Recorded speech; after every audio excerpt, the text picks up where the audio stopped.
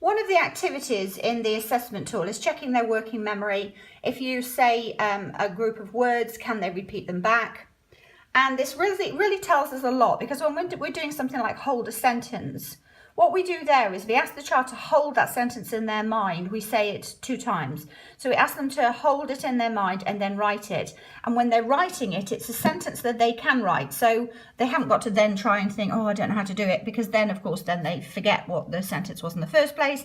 So the exercise of hold a sentence has to be a sentence that is at their code level, so that you know that the actual writing, there are no difficulties. So we really are checking that working memory. That's what hold a sentence is for. It's so that it gives the chance the brain to hold on to more things and not worry about the actual writing, because it already knows how to do that.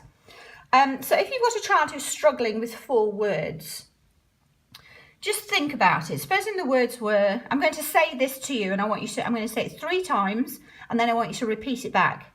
Now, if you're doing this with children, and when you come to the second time of saying it, they start talking or try and repeat it back, no.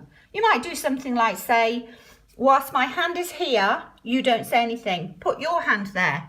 And then they put their hand down, and it just means that whilst our hands are there, it means that the child doesn't say anything. You just have these little things that show the child when they should talk and not, just because then it gives their brain a chance to take it in rather than trying to just repeat it back, which doesn't help with their working memory. They've got to actually listen to it 3 times, take it in, and let's talk in a second about how they take it in and how they can retain it, because that can change according to the child.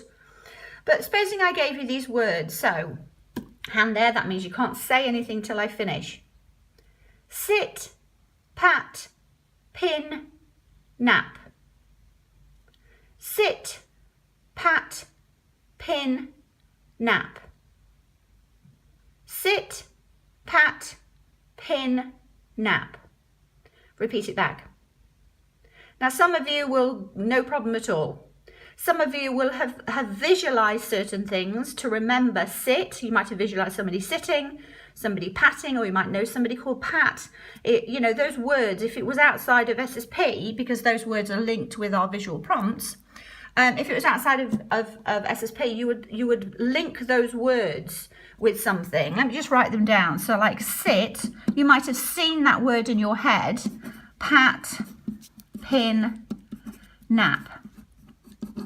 Or you might have, or you might have visualized something, anything. It might have been something that's relevant to you. You might have thought of, you know, somebody sitting. You might have thought of yourself sitting on sofa, patting your dog. The pins, there's suddenly a pin on the floor and the dog falls on it. But then he gets so exhausted he goes for a nap. So the story in your head, if you were teaching stories, because this is one thing, it's like you ask memory champions, how do they remember everything? Well, it's because they have a story and they go through the story. So this happens, this happens, this happens. It's the same as memorizing cards. That's how they do it. But anyway, so what do we think? So in your head, you thought of yourself sitting on the sofa, patting your dog. There was a pin that he'd go, ah! And then he was so exhausted, he fell asleep. Okay, so let me do it out again. So I'm going to give you the words, and I want to visualize that whilst I'm saying the words. Sit, pat, pin, nap. Did you think of that story? Okay, repeat it back. So you might repeat it back slowly because you're thinking, sit, because you're thinking, right, yes, so I sat on the sofa. I was patting the dog. Pat. Then the dog sat on a pin and yelped, pin, and then was so exhausted he fell asleep. Nap. Sit, pat, pin, and that's absolutely normal. Another thing that we would do is, instead of saying sit, pat, pin, nap, is we do it like a chant, like a little tune with the children. Sit, pat, pin, nap. Sit, pat, pin, nap, like a telephone number. You wouldn't remember your telephone numbers. Do. You remember it as do. So, sit, pat, pin, nap. Right, let me give you 4 words. The words might be pin, and I'm going to keep to green ones again. Green, sit, pin, sip, tan, ant. Okay, just just going to put it there just so I remember what it is. My working memory isn't the best. Okay, so supposing this time I just say to you, I'm going to say it 3 times. I want you to repeat it back. Pin sip, tan ant. Pin sip, tan ant. Pin sip, tan ant. So who remembered it, even though we haven't visualized it yet? Pin sip, tan ant, because of that chant. So when you're doing the assessment, use a chant, use anything to help that child remember, knowing the child. Just make a note on your notes that you did it in a chant way or whatever. Or if you've got a child who has got a really good working memory, you might do it as pin, sip, tan, ant. See if they repeat it back. The longer you take saying it, obviously the more difficult it is for their working memory. If you go pin, sip, tan, by the time you got to the 4th word, they forgot what the first one is. So really think about this. Now, it really does help with these visual prompts. That's why we have them, so that the child can quickly look at, you know, when they're doing this for the coding poster, they can decide that it's anything. You know, this could be the cat is the cat is spinning, but that visual prompt, when we're thinking of the visual prompt outside of the coding poster, that is for the word spin, that is for the word snap, that is for the word nap, that is for the word pin, that is for pat, that is for tap, spin, the pin spins with a S as a Z, but anyway, snip, pat. Oh, this must have been tap as well, so tapping is foot and tapping is talking about different words, same word, different meaning. But anyway, so we have these visual prompts, and there's a lot of other ones, and they do them in their chants in their video. Oh, tan, pants, pan, ant, nip, sit, sip, tin. So they are all made up of sat pin. Sat, they're all made up of sat, green code level sound picks, and they're the first representations for those sound picks we'll look at in the green code level.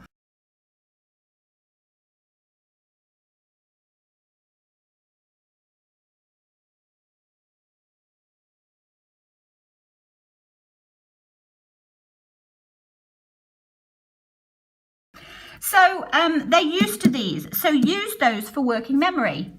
So you'll have the cards, or have the visual prompt cards out, and you can also, with some of the children, close your eyes and do it. So close your eyes, pin, sip, tan, ant, etc. But you might also say to them, can you just circle them, because we're going to do pin, sip, pin, that's pin as well, pin, sip, tan, ant. Pin, sip, tan, ant. Pin, sip, tan, ant. Pin, sip, tan, ant. Pin, sip, tan, ant. What was it? Pin. And then actually they see them, even though you've got your hand there, they'll see them, because that's what we do. It's like when you think, where are my keys? And it's, where's the last place I saw them, etc., etc. But they'll see them. So show it again. Pin, sip, tan, ant. Pin, sip, tan, ant. And you can almost see them, even though my hand's there.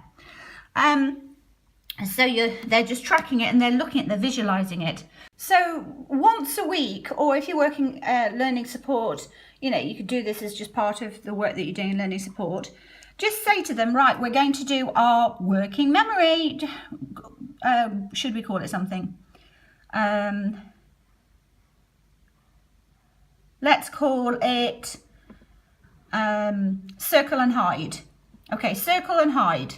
Right, so we're going to say, right, circle them, circle, snip, tap, knit, spin, Snip, tap, knits, spin. Okay, circle and circle again. Snip, tap, knits, spin. Snip, tap, knits, spin. Just point to them. Snip, tap, knits, spin. Snip, tap, knits, spin. Snip, tap, knits, spin. Snip, tap, knits, spin. Remember it and cover it. So we circled it and now we cover it. So what were the words? Sorry. What were the words? Snip, tap, and if they can't remember, that's fine. Lift it up again. Snip, tap, knits, spin. Snip, tap, knits, spin. Can't remember? Have a look at it again. Snip, tap, knits, spin. Visualize. Snip, tap, knits, spin. Just do that once a week. But we've got to do lots of activities like this that really just help with their working memory. Because the better the working memory it is, the easier it is for writing and spelling, because it's all just interlinked. And you saw that I struggled to say those 4 words because of those speech sounds. Well, when you've got children in the early years and prep, they're going to find it even harder. So you've got your articulation issues as well. But that's why SSP is the speech sound picks approach. There's so much speech involved. This is really helping with their articulation of the speech sounds, even if it's slower, even if it's not as clear as you want, but it's all helping. Now you can also choose things like this, which is an activity that I just gave just so that the preps could just check their decoding fluency at the green code level a few days ago. But use this. You might start from the top where it's got sat, pat, pit, and you might say, right, we're going to start it off with the first 3 and we're going to remember them. Sat, pant, pit. And I might actually ask the children, how are you going to remember them? And some of the children might cover it and remember it because they can visualize those words. Some of them might look at sat and then visualize somebody sitting or what have you, or pant, they'll visualize it. Ask them, how are you going to remember those 3 words? Find out if they remember them going top to bottom, so sat, then pat underneath, then pit, or whether they end up doing it left to right. Find out how your children's brains work. That's the best way for you to teach them, because then you're not fighting against how they learn. Discover whether they're visual learners. Discover how they remember things, because the way you remember things is very likely to be different to your partner or your friends or what have you. So it's the same as maths. If I ask a child to take 4 away from 20, some of them do count back from 20, they count back 4. Some of them know, well, I've got 10. Some of them in their minds have got the 10 and then they've got a 6 and a 4. Anyway, I won't go into maths, but the way that children work things out is different, and it's not until you start talking about it and say, how did you work it out, that we realise that. Children are not all the same. Now, another thing that we were talking about in the support group the other day in the Dream Team was about jigging the brain because of the phonemic awareness. A lot of the children are actually confused in the early years because people start teaching blends, sn, ip, and what have you. We don't do that. We teach phonemic awareness, which is the simplest speech sounds. It's splitting them, s, n, ip, and then we blend together. So we're teaching them to blend, but we're always breaking it down to that phoneme level. It's the smallest units, because phonemic awareness is the biggest predictor of reading success or failure. So let's really focus on it. The phonemic awareness is splitting, isolating, identifying the phonemes in the words, the smallest units. So it's being able to hear that in the word snip, it's s, n, ip. That means if I then say, can you take out the n out of the word snip, that they say sip, because they've just deleted one of the phonemes. If I take off s, what's the word? The word is nip. I dedicated a whole 10-minute tutorial to this, showing an 11, was it 11 or older than 11? When I said, give me the word, if I take the n from the word snip, what's the word? Ip. Because he thinks sn, the blend, is one sound, and he's been confused. So he already had poor phonemic awareness and he's been confused by the teaching. So let's stop doing that and let's keep it really simple. Now, what we were talking about was how to say the sounds. If you ask for the speech sounds, if you ask a child to give you the duck hands for snip and they can't do it, they're going sip or sip, they can't get the sounds in the right order, or they miss them out, and they're not clearly saying snip with their duck hands left to right, speech sound lines left to right, say the sounds as you're doing it, snip, snip.